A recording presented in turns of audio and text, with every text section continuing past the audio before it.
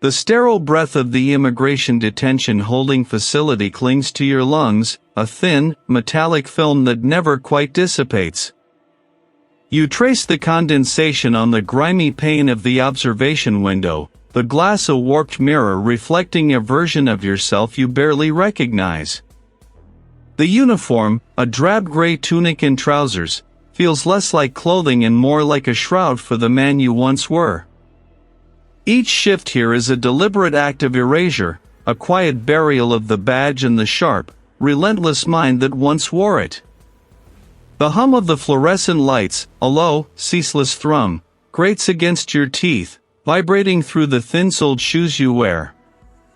You watch the figures beyond the glass, the weary faces, the restless movements, the quiet despair that hangs like a fog. Their stories are not yours, yet a shared sense of entrapment binds you.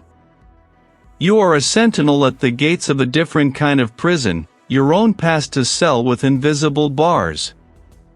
The name, Marcus Thorne, echoes in the hollow chambers of your memory, a distant drumbeat from a life that feels like a dream. The glint of a polished badge, the acrid scent of gunpowder and rain, the frantic pulse of a city on edge, these sensations are ghosts now, whispers on the wind. But one ghost, more persistent than the others, refuses to be laid to rest. The image of a young woman, her eyes wide with a final, horrified understanding, flashes behind your eyelids. A case that broke you, splintering your career, your reputation, your very sense of purpose.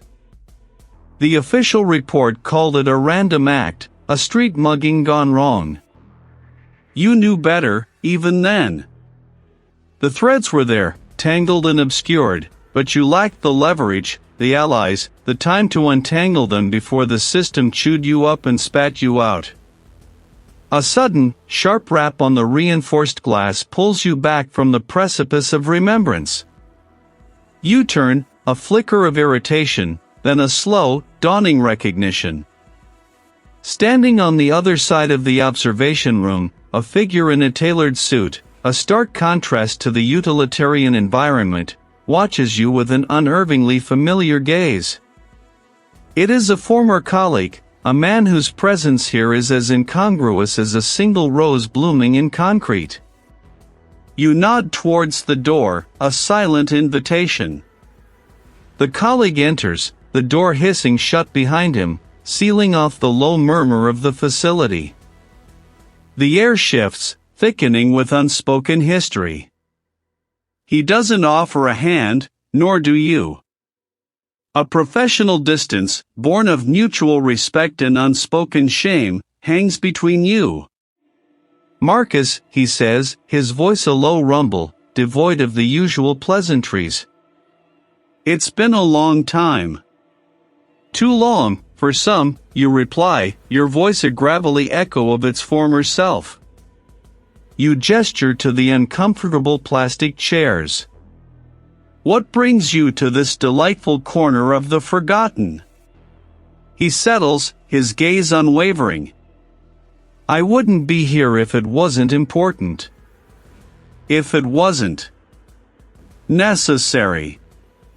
He pauses, letting the words hang, weighty and deliberate. It's about the journalist, Marcus. The murder. The name hits you like a blow, a physical jolt to your diaphragm. The air in the room suddenly feels thin, inadequate. You grip the edge of the cheap table, your knuckles white. What about it? The words are tight, clipped, a reflex born of old wounds. It's resurfaced. You were right. We just couldn't see the full scope of it then. A bitter laugh escapes you, a harsh, dry sound. And now you can? After all this time? The threads you found, the ones we dismissed. They've become cables. Thick, undeniable cables. And they lead to places we never dared to look before. His eyes, usually guarded, hold a glint of genuine alarm. A prominent politician. A presidential campaign. And something else, Marcus. This isn't just about justice for a murdered journalist, it's about the very fabric of the city, perhaps even the nation. You push back from the table, rising slowly. The familiar ache in your knee, a souvenir from a forgotten chase, flares. What do you want from me? The question is a challenge, a test. You know the answer, but you need to hear it, to weigh the cost. We need you, Marcus. You were the only one who saw the truth, even when no one else would listen. You know the case better than anyone, and now there's an opening. A crack in their wall. He watches your face, reading the conflict in your eyes, the slow burn of a long dormant fire. It's a chance, Marcus. A chance to finish what you started. A chance at redemption. Redemption. The word hangs in the air, heavy with promise and peril. You walk to the window again, looking out at the sterile corridor, at the faces that pass by, oblivious to the storm brewing in this small, enclosed space. The ghost of the journalist, her silent plea, is no longer distant. It stands beside you, a silent witness, urging you forward. The path back into that world is fraught with danger, with enemies far more powerful than any you've faced. But the alternative, to remain here, a shadow of your former self, guarding the gates of other people's despair, feels like a far greater prison. You turn back to your former colleague, your jaw set, a spark of the old determination igniting in your eyes. Tell me everything, you demand, the words a low growl, a promise whispered to the shadows. The quiet life, the carefully constructed isolation, shatters around you. The game, it seems, has begun again. Redemption. You stand by the window, your reflection a faint, troubled ghost superimposed on the glass, watching the silent parade of faces in the corridor. Each one a story untold, each step a journey you cannot comprehend. The hum of the lights, a constant, low thrum, has shifted. The ghost of your past, the shadow of a career shattered, presses against your ribs, a dull ache that never truly recedes. Marcus. The voice, dry as parchment, pulls you back. A simple yes will suffice. You turn from the window, the institutional gray of the walls pressing in. His offer, a lifeline tangled with barbed wire, demands an answer. Or perhaps, merely to drown deeper. Why me? The question is a whisper, barely escaping your lips. The ghost in your gut tightens its grip. Because you were there, Marcus. You knew the parameters. Not with the current political winds. Not with a presidential campaign in full swing. A bitter taste coats your tongue. You remember the official report, the tidy conclusion. A robbery gone wrong. A life extinguished, filed away, forgotten. But you had seen the frayed threads, the loose ends that refused to be tucked away. You had argued, shouted even, until your voice was hoarse and your badge was gone. What do I get, you ask, the words sharper than you intended.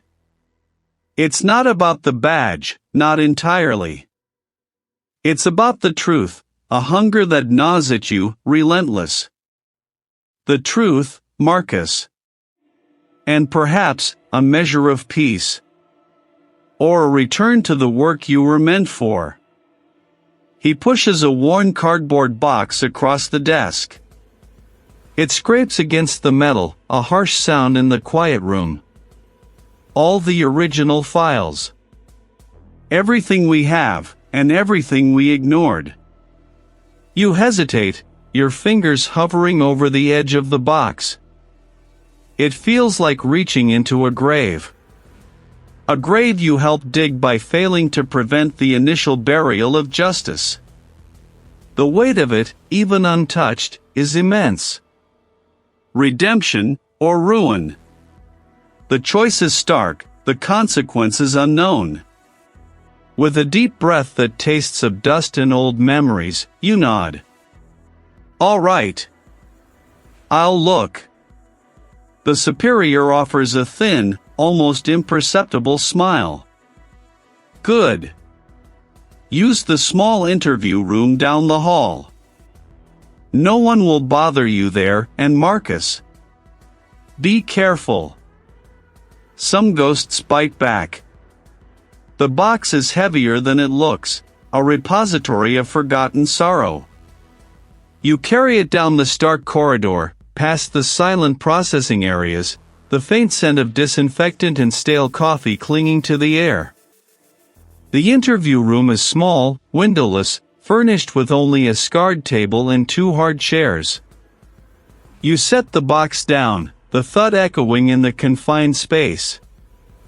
The lid creaks open, revealing a jumble of manila folders, plastic evidence bags, and a spiral-bound notebook. The scent of old paper and dried ink fills the air, a potent perfume of the past. You pull out the journalist's notebook first. Its cover is a faded, nondescript blue, its pages filled with elegant, precise handwriting. Ilara Vance. Brilliant, tenacious, utterly fearless. You remember her sharp intellect, her relentless pursuit of a story. He had been investigating something big, something she believed would expose systemic corruption. You had tried to warn her, to tell her to be careful. Your failure to protect her still stings, a festering wound beneath the scar of your disgraced career. Flipping through the notebook, you see familiar shorthand, names, dates. But then, a page catches your eye. A series of seemingly random symbols scrawled in the margin, next to a date that feels vaguely significant. A stylized bird, a broken shield, an intertwined serpent. You remember seeing these before, perhaps in a fringe conspiracy theory article, dismissed as nonsense. Now, they prickle at the back of your mind. Funds diverted. Project Chimera. Offshore accounts. And then, underlined twice, a name, Silas Croft. Silas Croft. The name echoes, a faint, discordant chime. You reach for a folder marked Witness Statements, your fingers trembling slightly. Silas Croft. Where had you heard that name recently? A campaign manager? A strategist for the current front-runner in the presidential race? You pull out a grainy photograph from another folder. It's the crime scene. A cramped apartment, disarrayed. And there, on a small, cluttered desk, beneath a stack of books, is a newspaper clipping. The headline is partially obscured, but a prominent photograph is clear. The current presidential candidate, younger, smiling, shaking hands with a figure whose face is turned away. Beside it, almost hidden, is a small, ornate lapel pin. The same symbols from Ilara Vance's notebook. The room shrinks around you. The hum of the facility's lights grows louder, a high-pitched whine that seems to vibrate in your skull. This was no random act. This was precision. This was a message. And you, Marcus Thorne, are already deep inside. Silas Croft. The name, a cold whisper against the hum of your old desktop fan, coils tighter around the edges of a memory still forming. A campaign manager, yes. A puppet master, perhaps, pulling threads from shadows. The connection, nascent and unsettling, demands your immediate attention. You close the folder, the dry scent of aged paper clinging to your fingertips, and rise, a singular purpose hardening the line of your jaw. The ghost of an unsolved case beckons, and this time, you will not turn away. The abandoned factory, where the journalist's life was brutally extinguished, looms against the bruised sky like a skeletal relic. This place, once a crucible of production, now holds only the echoes of a violent end. You push through a sagging chain-link fence, the metal groaning in protest, and step into the cavernous interior. Dust motes dance in the weak shafts of light piercing the gloom, illuminating the detritus of years, shattered glass, a discarded boot, the skeletal remains of machinery. You walk the familiar path, each step a phantom echo of that night. The air is thick with the metallic tang of decay and the faint, persistent scent of something else, a memory of fear, perhaps, or desperation. You reach the exact spot, marked only by the absence of debris, a small, clear patch on the grimy concrete floor. Here, the journalist fell. The official reports declared it a robbery gone wrong, a random act of violence. But a journalist like them, digging into the underbelly of power, rarely meets a random end. And then, in a narrow crevice where the concrete floor meets a crumbling support pillar, a glint.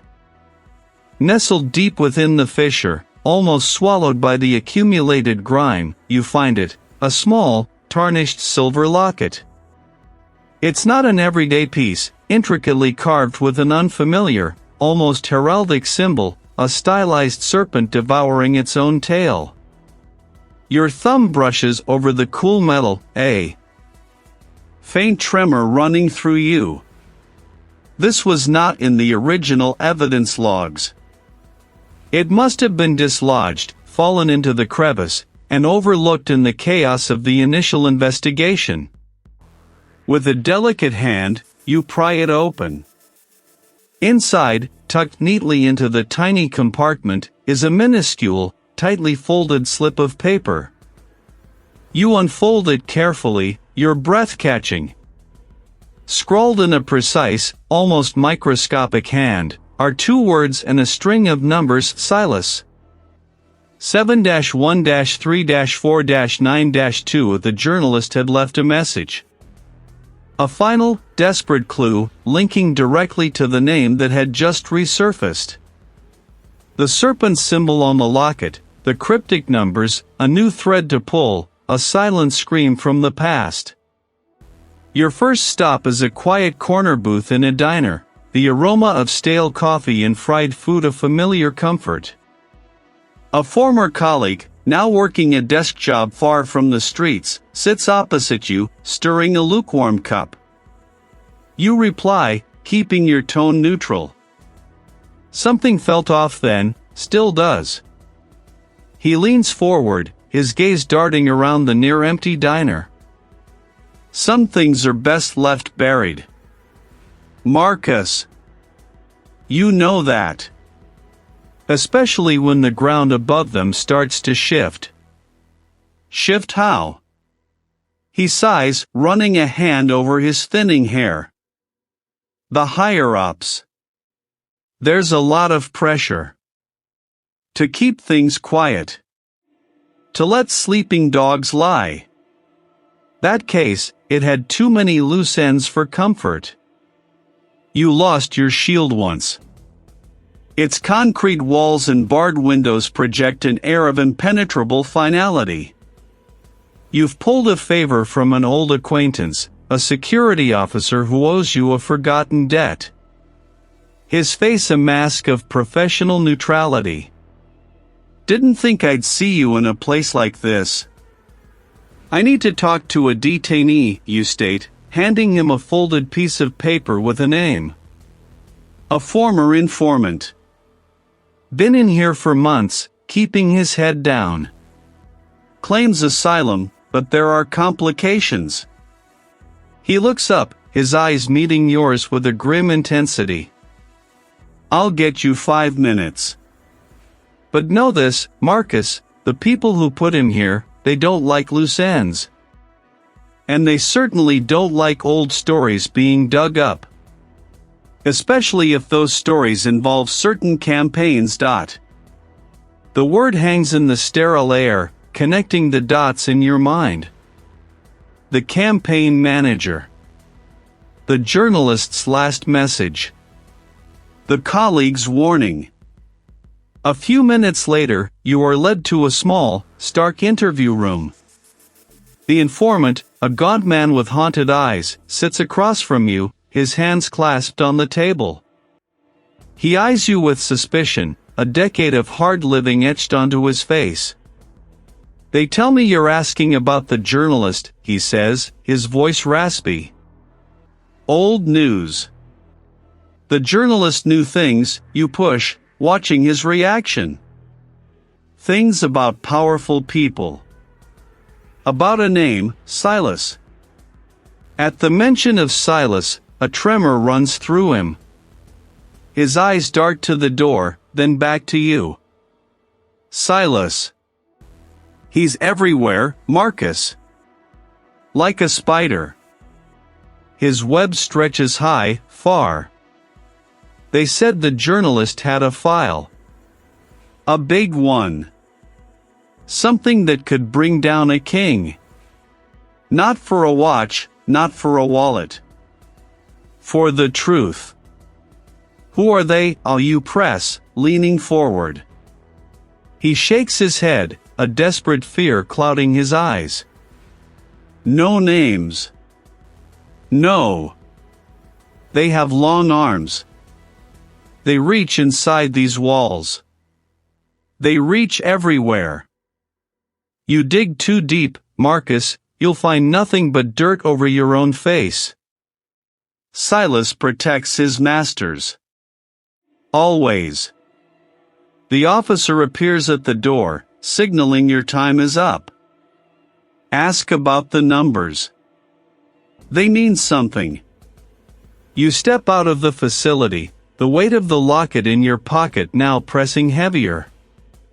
The cryptic numbers 7-1-3-4-9-2 flicker in your mind. Silas. The serpent symbol. The journalist's final desperate act. The warnings, clear and present, from both the colleague and the informant, confirm it. This is no random act of violence. This is a meticulously buried secret, protected by hands that reach into the highest echelons of power. And sometimes, those hands are the ones that are most determined to burn. The locket, a cold disc against your palm, felt like a lead weight in your pocket. It's cryptic sequence 7-1-3-4-9-2 etched itself into the frantic rhythm of your thoughts, a silent, insistent drumbeat. Silas. The serpent coiled in the journalist's dying grip. The stark warnings from the colleague, the chilling whispers of the informant, all converging into a single, undeniable truth: you had stirred something vast and venomous. The city unfurled before you, a sprawling canvas of muted light and hushed movement. You moved through it, a ghost among the living, drawn by an invisible current back to the cramped sanctuary of your apartment. There, amidst stacks of forgotten files and the faint scent of stale coffee, you sought refuge and answers. Your fingers, calloused from years of gripping evidence and frustration, now danced across the worn keys of your laptop, a relic as defiant as you were. The journalist's digital ghost still lingered in the fragments you had salvaged, a mosaic of encrypted files and half-finished articles. You sifted through them, a prospector panning for gold in a river of static. The numbers from the locket pulsed in your mind's eye, a persistent flicker. What were they? A date? A coordinate? A sequence for a lock? You began to cross-reference, to search, casting a wide net into the vast ocean of public records and archived newsfeeds. Hours blurred into a single, relentless pursuit. The glowing screen reflected in your eyes, twin points of desperate focus. You remembered a particular phrase from the journalist's notes, a throwaway line about obscure filings and serpentine signatures. The serpent symbol. It resurfaced, a faint but persistent echo. Then, a quiet click. A hit. The numbers, you realized with a jolt that tightened your chest, were not a date, but a reference.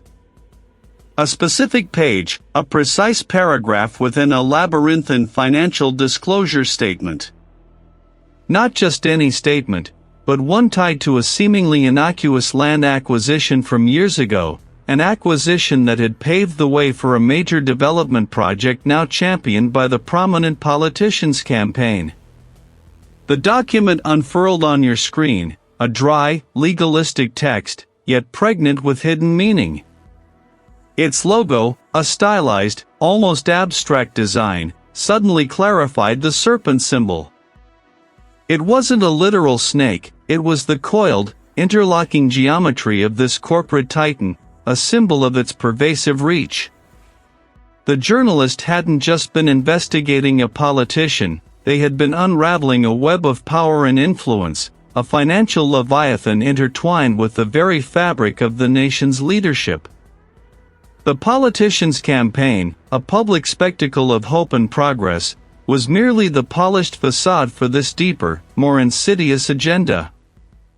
The journalist had been close, too close. Their death wasn't random, it was a calculated silencing. And now, you were stepping into their shoes, walking the same treacherous path. The air in your apartment suddenly felt heavy, suffocating. You needed to move, to confirm, to see the physical documents. You rationalized it as a need to re-examine the informant's cell, to look for anything else, any physical trace of the serpent, now that its meaning had begun to coalesce. The facility's exterior, once merely foreboding, now seemed imbued with an almost predatory watchfulness. You approached the entrance, your senses hyper-alert, the old detective's instincts singing a low, insistent hum. The guard at the gate, a burly figure whose face you vaguely recalled, offered a curt nod, his eyes lingering on you for a beat too long. Inside, the sterile corridors hummed with a low, mechanical drone. You navigated the familiar maze, each step echoing the increasing tension in your chest. You reached the designated section, the same one where you had last spoken to the informant. The door to his empty cell stood ajar, a small detail that snagged at your periphery. Nothing seemed out of place. A sudden, sharp metallic tang cut through the antiseptic smell. It was faint, almost imperceptible, but unmistakable. Copper. Blood. You spun, your body reacting before your mind could fully process the shift in the air pressure behind you. Your years of training kicked in. You twisted, rolling with the momentum, the blade whistling past your ear, a hair's breadth from tearing flesh. You slammed backward against the cell wall, the impact jarring your teeth. This wasn't a warning, it was an execution. You ducked under another sweeping arc, the air displaced by the weapon rushing past your face. Your hand shot out, grabbing at their arm, searching for purchase, for a weakness. The struggle was brutal, silence save for the ragged breaths and the scraping of shoes on the polished concrete. You drove your knee hard into their midsection, a desperate, primal strike. A choked gasp, and the grip on the weapon momentarily faltered. It was all you needed. You wrenched free, pushing off the wall, and bolted. The corridors, once a maze, became an escape route. You heard the heavy thud of their boots behind you, a relentless pursuit. Your lungs burned, each gasp for air a searing pain. The exit, a beacon of harsh light, seemed miles away. You burst through the double doors, slamming them shut behind you, the metallic clang echoing through the night. You didn't look back. You ran, the cold air filling your burning lungs, the stark realization hammering home with every pounding stride. They knew. They knew you were digging. And they wanted you gone. The game had just turned deadly. Its cryptic sequence, 7-1-3-4-9-2, etched itself into the forefront of your mind, a relentless rhythm against the fading echoes of the facility's metallic clang. You walked, the city lights a distant blur, your gaze fixed inward, searching for purchase in the swirling currents of your thoughts. The numbers. They pulsed behind your eyes, a phantom glow in the urban gloom. Not a date. Not an address. Too short for a full case number, too long for a simple code. It felt official. A designation. A badge. The insistent whisper of a memory, like a sliver of ice, pierced through the fog of your thoughts. The air in the old precinct house, thick with stale coffee and ambition. The journalist's murder. The initial investigation, a whirlwind of frantic activity, then a sudden, inexplicable deceleration. The case, once a raging fire, had dwindled to embers, dismissed as a random act of violence, a tragic footnote. You remembered the frustration, the gnawing sense that something vital had been overlooked, or deliberately obscured. You stopped beneath the harsh glare of a street lamp, the locket now clutched tight, its cool metal pressing a ghost of the sequence into your skin. You had seen them before. Not on a public document, but tucked away, buried deep in an internal report. A supplemental affidavit. A procedural log. It was a partial identification number, a fragmented code belonging to a specific unit, or perhaps, a specific individual. Your desk, in the days before the badge was stripped, the reputation shredded.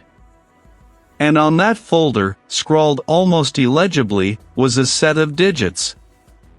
Not the full number, but the last 6.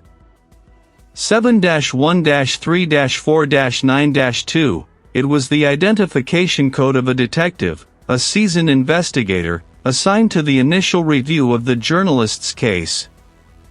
A detective who had worked alongside you on other, less notorious investigations. A colleague you had respected, whose quiet efficiency you had admired. The realization was a brutal blow to the gut. This detective, this man you had trusted, had been one of the first to review the evidence. His report, a concise, almost clinical summary, had ultimately contributed to the prevailing narrative, random street violence. Nothing more. But why would the journalist's locket bear his partial identification code? Why would a victim carry a piece of her killer's, or an accomplice's, or even a misleading investigator's, identity? Unless it was a clue. A desperate message. A silent accusation. You remembered a specific conversation.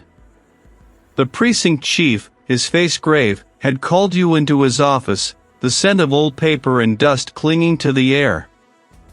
Marcus, he'd said, his voice low, heavy with an unspoken finality, this case is going nowhere. We've exhausted all leads. It's a dead end. He'd pointed to the detective's report, specifically citing its conclusion. Even the seasoned detective agrees. Random. Tragic, but random. And you, Marcus, had believed it. You had deferred to the judgment of a man you considered an authority, a mentor even. The betrayal. It wasn't a sudden, dramatic knife to the back. It was a slow poison, seeping into the foundations of your trust, eroding the truth with quiet, authoritative statements. This colleague, whose role was to pursue justice, had either deliberately misled you, or had been misled himself, becoming an unwitting pawn in a larger game. Your fingers tightened around the locket, the metal digging into your palm, a physical manifestation of the sharp, internal ache. The journalist hadn't died in a random act. He had been investigating something vast, something dangerous, and he had left a breadcrumb trail, a final, damning clue. And that clue led directly to someone you knew, someone you had once placed your faith in. The city lights, no longer distant blurs, sharpened into hostile glares. Was it possible that this colleague, this trusted figure, was not just complicit in the cover-up, but intimately involved in the journalist's demise? Or was he merely a victim of manipulation, his expertise used as a shield by the true orchestrators? The very foundation of your professional life, the principles you had sworn to uphold, felt violated. The failure that had cost you your badge wasn't just your own. It was a shared failure, meticulously engineered, perhaps even orchestrated by the very people you worked alongside. You recalled the detective's demeanor during those frantic early days. His calm, almost detached professionalism. His insistence on sticking to procedure, even when your gut screamed for deviation. His subtle redirection of your inquiries away from certain avenues, certain individuals. At the time, you had attributed it to his methodical nature, his adherence to protocol. The politician's name, whispered in the dim light of the underground bunker, resonated with new, chilling clarity. The elite. It all began to coalesce, the disparate pieces of the puzzle clicking into place with a horrifying precision. An unwitting accomplice in your own downfall, and in the perpetuation of a lie. The path forward was no longer just about redemption for your past failures, it was about tearing down a carefully built facade, exposing the rot beneath, and confronting the ghost of a trust betrayed. The air itself seemed to crackle with the tension of revelation, the burden of truth settling heavy on your shoulders. You had to find this detective. You had to know. The betrayal.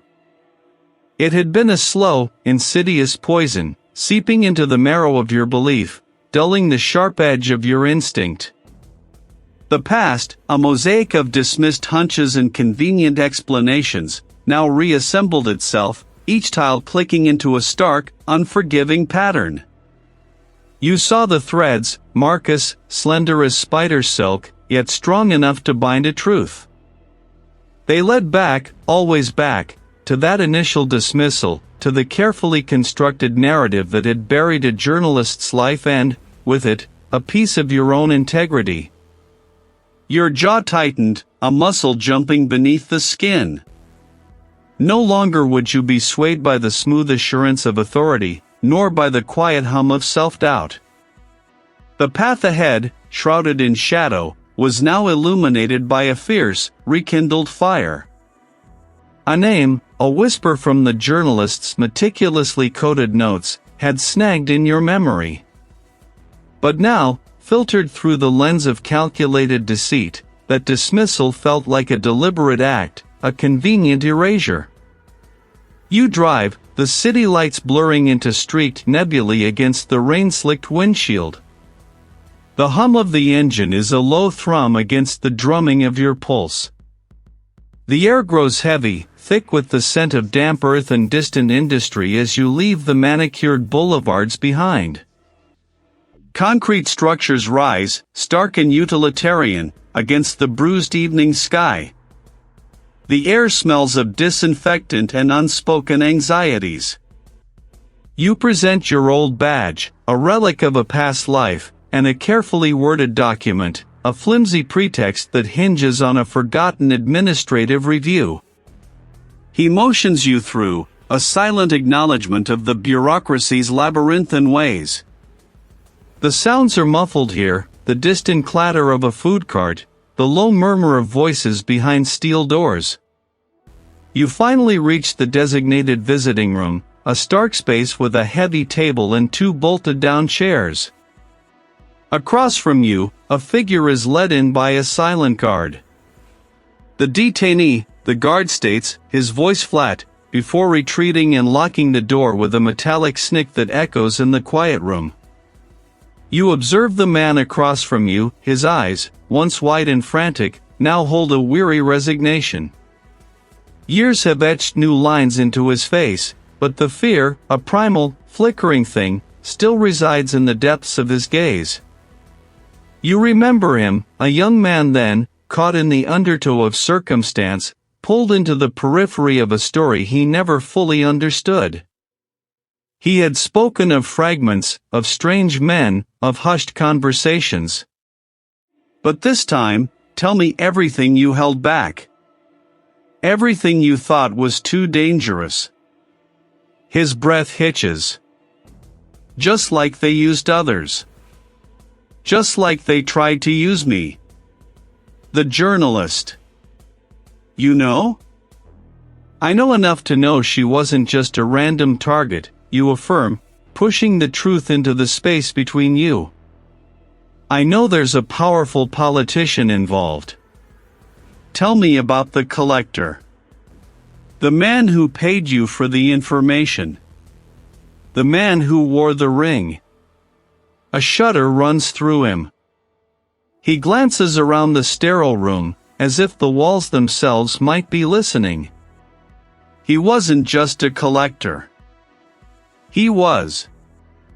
He came to the dock, always at night. He spoke in riddles, but he paid well for small things. Details. Who came and went? What was loaded? Who asked too many questions? The journalist asked too many questions, you prompt, your gaze unwavering. He swallows hard, his Adam's apple bobbing. She showed me a picture. Of a ship. The Cerberus. She said it wasn't just cargo. It was a conduit for influence for people. And for things that shouldn't cross borders. Your mind races, the fragments coalescing. A shipping company, obscure, with ties to several shell corporations. What did it look like? He hesitates, then, as if a dam has broken, the words spill out in a torrent. It was heavy. A serpent, coiled around a staff. And a single, red stone for an eye. He said it was a mark. Of the Brotherhood of the Coil. Brotherhood of the Coil.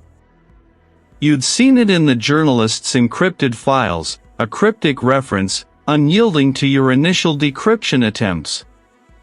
This detainee, a forgotten piece of the puzzle, had just handed you the key. He told me. And the funding. From the campaign. Money laundered through the shipments. And the influencers brought in through the same routes.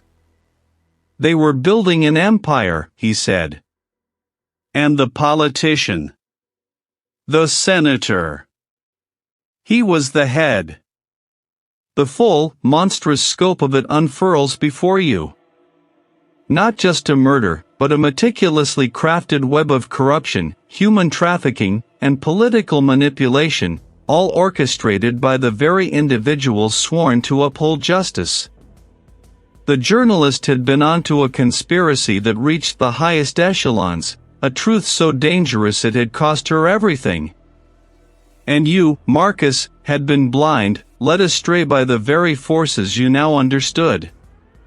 The fear is still there, a knot in your gut, but it is overshadowed by a potent, burning fury. The path ahead is fraught with peril, a gauntlet thrown before the powerful. But you will walk it. You will expose them. You will unravel their coiled deception, no matter the cost, no matter the personal ruin it promises. This is your fight now, Marcus, and you are irrevocably, completely, committed. The door to your past has finally slammed shut, locking you into a future defined by a singular, dangerous purpose. The journalist had found it, then. The true heart of the serpent. Not merely the venomous political maneuvering, but the very nest where its eggs of human misery were laid. The understanding blossoms within you, a bitter bloom, as the cold truth solidifies. The journalist's relentless pursuit had led them directly to the human trade, a dark currency flowing through the veins of the city, shielded by the very architects of power. Your phone, a cheap burner you'd acquired days ago, vibrates against your palm.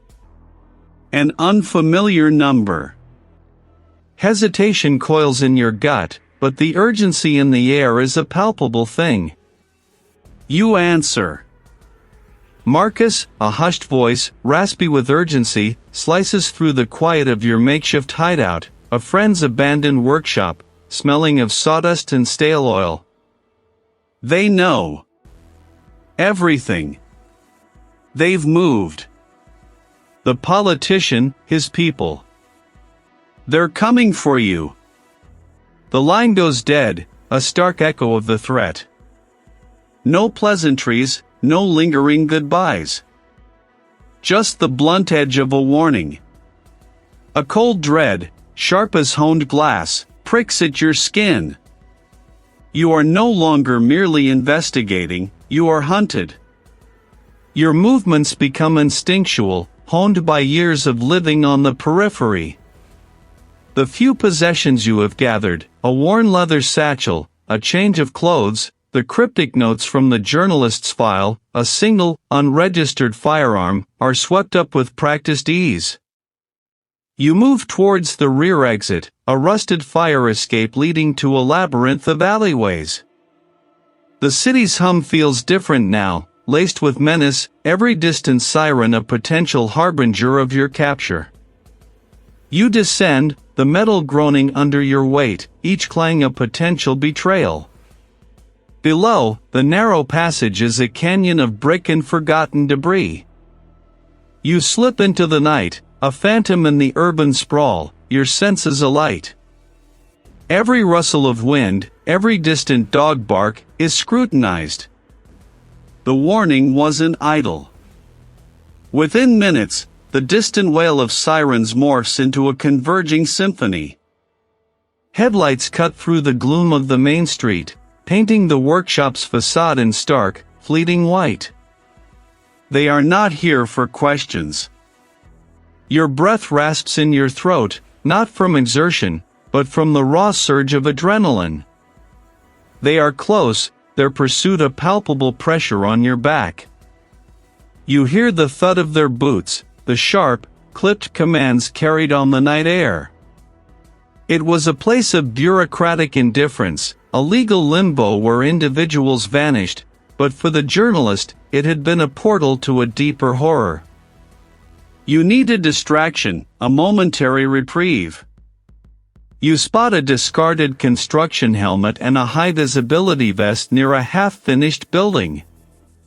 A quick change, a feigned purposeful stride, and you blend into the periphery, a temporary ghost among the city's nocturnal laborers. Your journey to the facility is a desperate odyssey through the city's underbelly. You call the colleague you trust, the one who still believes in the old Marcus Thorne, the one who understands the stench of rot that can fester within the system. I need a favor, you whisper into the burner phone, hidden in your cupped hand as you crouch beneath a bridge, the rumble of traffic overhead a dull roar. Access codes. specifically the archival section, and surveillance blind spots. I need it now.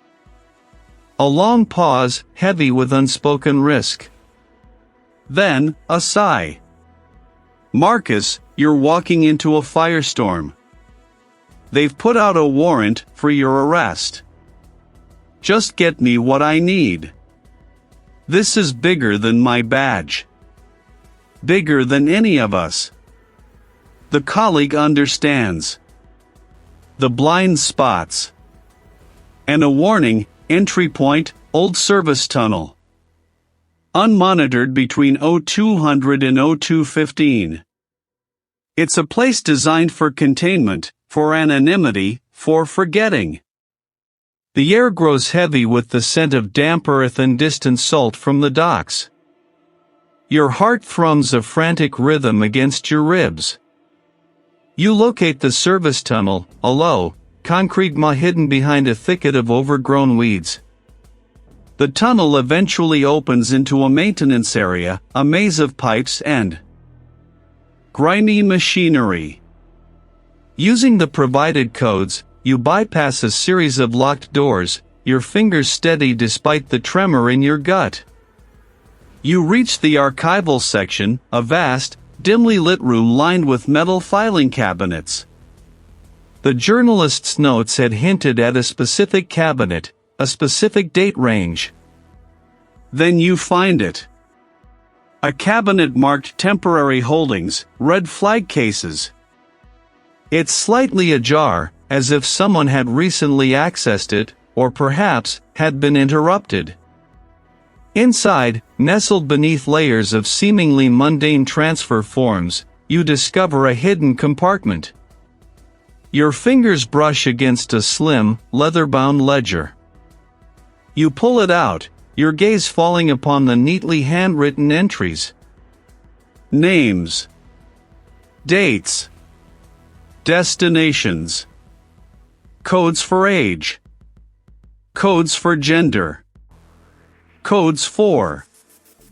The names listed are not just those of undocumented individuals, they include scientists, engineers, artists, people with specific, valuable talents, people who vanished without a trace, dismissed as mere disappearances. A faint click echoes from the corridor outside the archive. The blood drains from your face. They know you are here. The air crackles with imminent danger. You are trapped, deep within the serpent's lair, but you hold the truth, raw and undeniable, in your hands. You push through the heavy double doors, the sound a dull clang that echoes in the sterile silence. You meet her stare, your own resolve a shield. She finally nods, her voice flat, devoid of emotion. Follow the guard. Sector B. The journey through the facility is a descent into muted existence. The guard, a man whose face holds the bored indifference of routine, leads you deeper, his boots echoing a rhythmic beat against the polished concrete. You pass through checkpoints, the clang of gates, the whir of electronic locks, each sound a reminder of the layers of control, the difficulty of escape. Finally, a small interview room. No windows, just a metal table bolted to the floor, 2 chairs. Moments later, the door hisses open, and the informant is brought in. A man of slight build, his face etched with a fear that has become a permanent mask. He avoids your eyes, his gaze skittering around the room as if searching for an invisible exit. Get me safe. You lean forward, your voice a low, steady current. Help me, and I help you. It's that simple. What do you have? He hesitates, glancing at the door as if expecting it to burst open. It's all on here, he says, fumbling in the waistband of his ill-fitting trousers. He pulls out a small, nondescript USB drive, no larger than your thumb, its surface dull and unremarkable. Financials. Communications. The setup. How the politician's campaign was built on the back of it, burying the truth.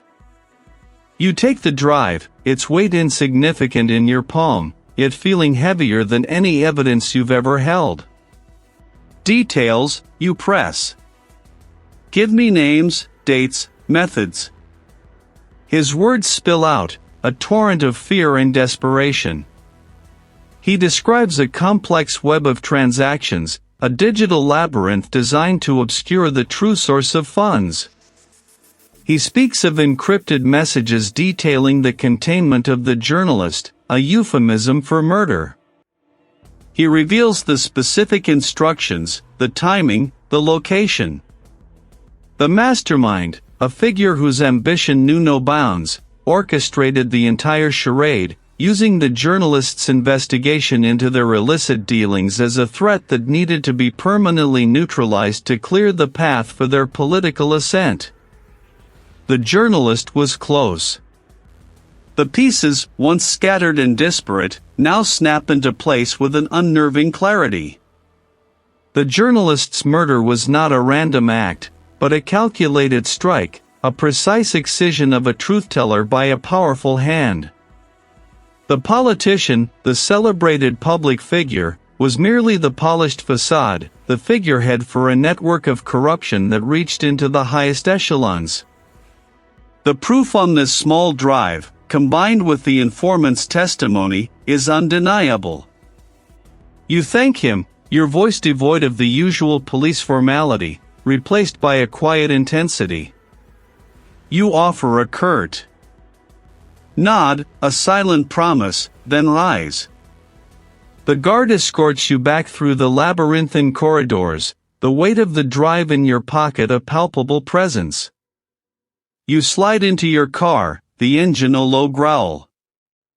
You have everything you need.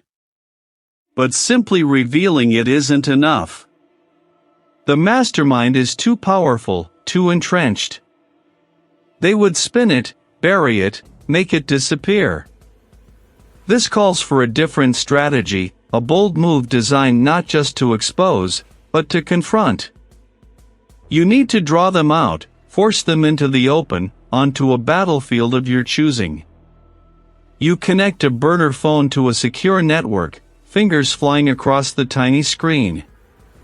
You compose a message, concise and cutting, attaching a small, encrypted fragment of the data from the drive, just enough to prove you possess the full truth. The message is addressed to a specific, private number, one you've painstakingly uncovered, belonging directly to the mastermind. It's a challenge, a declaration of war.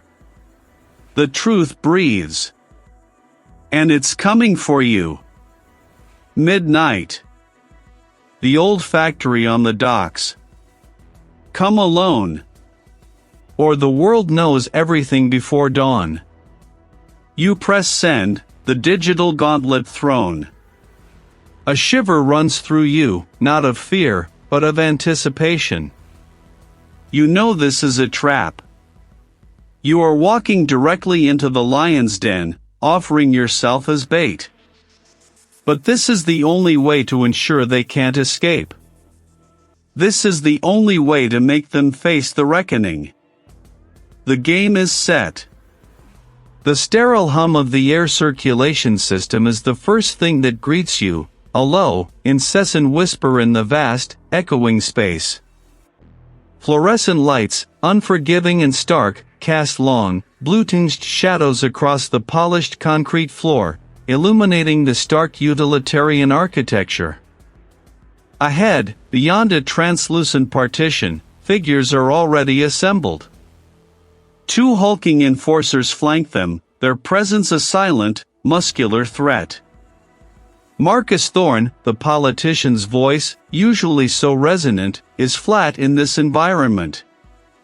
You've chosen a peculiar place for this reunion. You halt, a respectful distance maintained. Your gaze locks onto the principal. Not peculiar, you respond, your voice steady, a blade honed by purpose. Strategic. a place where walls are thin. Secrets, once spoken, find no deep graves. The principal offers a faint, unsettling smile. Brave. Foolish, to walk into our domain, detective. It ceased being your domain the moment you decided to make it a tomb for the truth, you counter. You take a breath, the recycled air tasting faintly metallic. We both know why we're here. The message I sent. You couldn't resist. The bait was too tempting. Bait, the politician scoffs. You imagine yourself a fisherman, Thorne? You are merely a fly buzzing too close to the flame. A fly that has seen the fire's source, you retort, your eyes holding steady. The journalist. Their death ruled a random street crime, a tragic accident. But you and I both know the truth, don't we? They weren't just a journalist, they were an investigator, a relentless truth seeker. The ramblings of a disgraced former officer. Is it? You pull a small, encrypted data stick from your pocket, holding it up. This contains a digital replica of that ledger and much more. The journalists didn't just find it, they secured a copy. They tried to expose it. Didn't you, Principal? Your voice is low, accusatory, each word a hammer blow. You saw the threat the journalist posed to your carefully constructed empire. To the politician's ascension. Not a random mugging, but a calculated hit. A precise strike to the back of the head, designed to look like a fall, a stumble during a struggle. Their briefcase, containing the physical ledger, was taken, of course. But you missed the digital copy. A fatal oversight. You have no proof, the politician snarls, his bravado cracking. I have the journalists' encrypted files, retrieved from a dead drop they established just days before their murder. Files that detail your meetings, politician, with the principal's representatives. Files that outline the funding streams, the quid pro quo, the promises of legislative favors once you were in office. Files that, when cross-referenced with bank records and anonymous tips I've cultivated over these past weeks, paint a very clear picture. You step forward. Reducing the distance between you, the data stick still prominent in your hand. The truth behind the journalist's murder isn't just about their death, it's about the lengths you went to protect a conspiracy designed to undermine the very foundations of justice and democracy. This information, if it even exists, will never see the light of day. Before the words fully leave her lips, the enforcers move. They surge forward, a coordinated blur of motion. You anticipate it, a lifetime of honed instincts screaming. Your arm whips up, not in defense, but to activate a small, almost invisible device clipped to your lapel. A tiny red light blinks. Too late, you declare, your voice ringing with defiance. The moment I pressed send on that message, the moment I walked into this facility, the information was already set in motion. This entire conversation, everything you've just said, is being broadcast. To the right ears. To the public. A roar of frustration tears from the politician's throat. The enforcers are upon you, their hands reaching. You pivot, ducking under the first wild swing, the air displaced by the force of it brushing your ear. The sterile quiet shatters into grunts and the thud of heavy boots. You are outnumbered, outmatched physically, but your objective is complete. The truth, finally, is out. The gauntlet is not just thrown, it has landed, resounding, for the world to hear. The world fragments into a flurry of fists and desperate grunts. Your knuckles connect with an enforcer's jaw, a sharp crack that vibrates up your arm. He stumbles back, momentarily stunned, and you exploit the opening, shoving another into a stack of empty crates that clatter to the concrete floor. The air thickens with the scent of ozone and exertion. A kick glances off your ribs, a dull ache blooming, but you ignore it, your focus a laser. You see the glint of a discarded piece of pipe near a ventilation shaft. A quick feint, a sudden pivot, and you snatch it, the cold metal a welcome weight in your grasp. Then, the piercing wail of sirens shatters the facility's tense silence, growing louder, closer. The politician's eyes widen, a flicker of raw panic replacing his arrogance. The enforcers, too, exchange uneasy glances. They know this sound. It is the end of their particular game. Heavy boots pound outside, a cacophony of urgent movement. The enforcers, caught between your pipe and the sudden surge of law enforcement, offer little resistance. They drop their makeshift weapons, hands slowly rising. The struggle is brief, pathetic. You watch as he is cuffed, his bluster deflating into quiet, bitter exhalations. The silence that descends is heavy, punctuated only by the click of handcuffs and the ragged breathing of those present. Your grip on the pipe loosens, your fingers aching as you let it fall. The adrenaline begins its slow, painful retreat, leaving behind a profound exhaustion. The detective approaches, his gaze sweeping over the scene, then settling on you. "You certainly know how to make an entrance, Marcus," he says, a wry twist to his lips, though his eyes hold a deeper appreciation. You nod, unable to muster a full reply. Your gaze drifts to the politician, now being led away, his expensive suit rumpled, his carefully constructed facade utterly shattered. As an officer pats him down, a small, metallic object clinks to the floor. The detective picks it up, his brow furrowed. "What's this?" he murmurs, turning it over in his gloved hand. "It's everything." Back in a temporary debriefing room, the air hums with the low thrum of computers and hushed conversations. The data drive, once a mere trinket, now glows with the promise of truth on a large screen. The detective scrolls through encrypted files, his expression growing grimmer with each revelation. It is a ledger, meticulously detailed, outlining financial transactions, coded communications, and a web of influence that stretches far beyond the politician. The journalist's last investigation, the one dismissed as a dead end, was not random.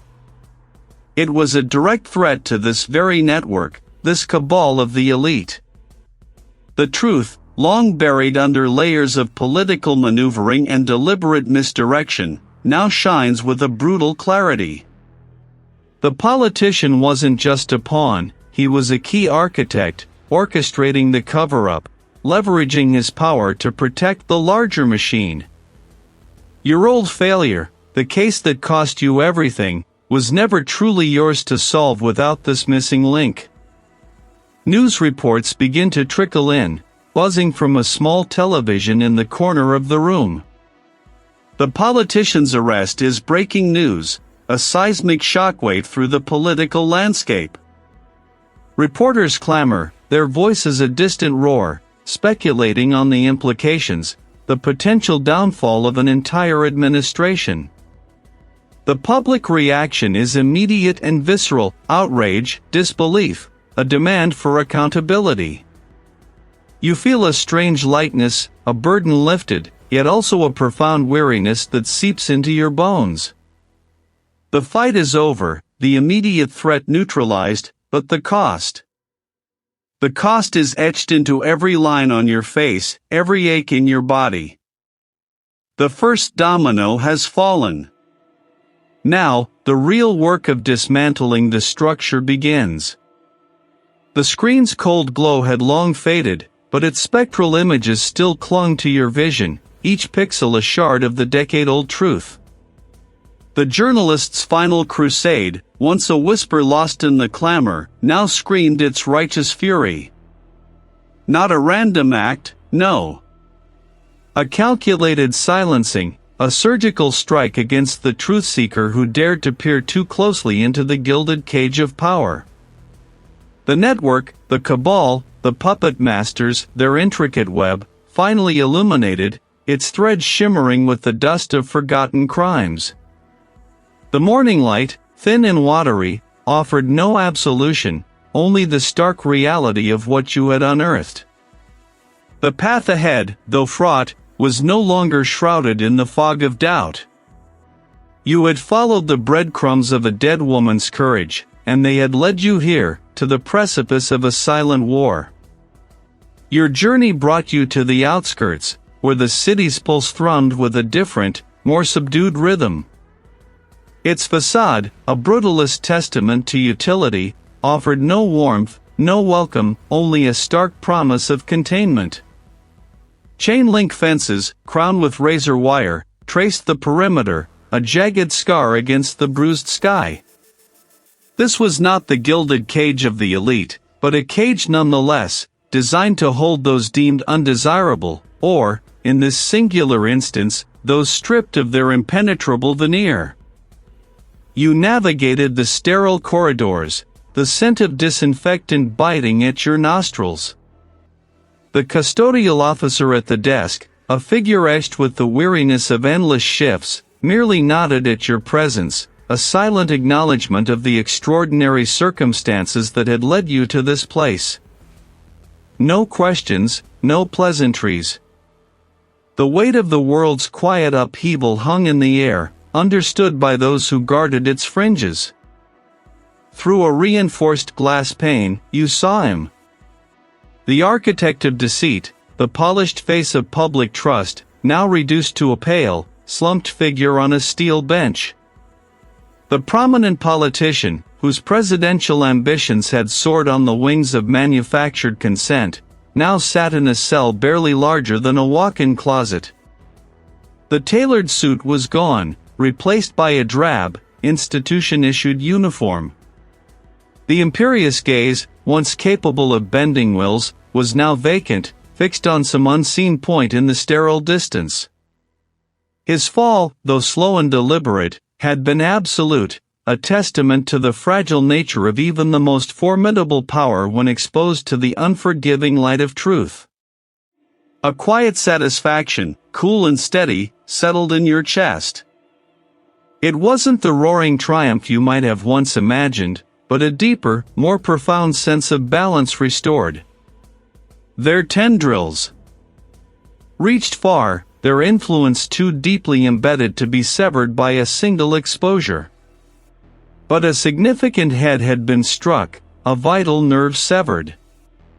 The machine of their power would falter, would need to recalibrate, giving the world a breath, a chance to see. You turned from the glass, the image of the fallen politician searing itself into your memory. It was a stark reminder of the cost of their ambition, and the price of your pursuit.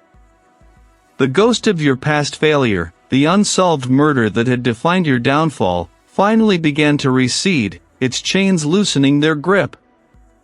The journalist, whose courage had ignited this long-dormant flame, was not forgotten, but honored.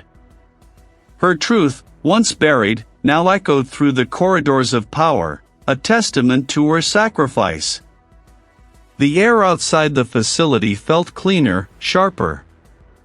The world, though still imperfect, still riddled with hidden currents and unseen battles, felt different. You had walked through the fire, Marcus, and emerged, not unscathed, but forged anew. The badge might never return, the accolades might never come, but something far more valuable had been reclaimed, your purpose. The road ahead stretched, an unwritten map under a sky that promised both storm and sun. You were no longer tethered to the past, but adrift on the currents of an uncertain future. The fight for justice, you understood now, was not a single battle won or lost, but an endless vigil, a constant push against the encroaching tide of corruption. And you, Marcus Thorne, disgraced detective, redeemed truth-seeker, were ready to stand watch. The quiet hum of the city called to you, a symphony of challenges and possibilities, and you, finally, were listening.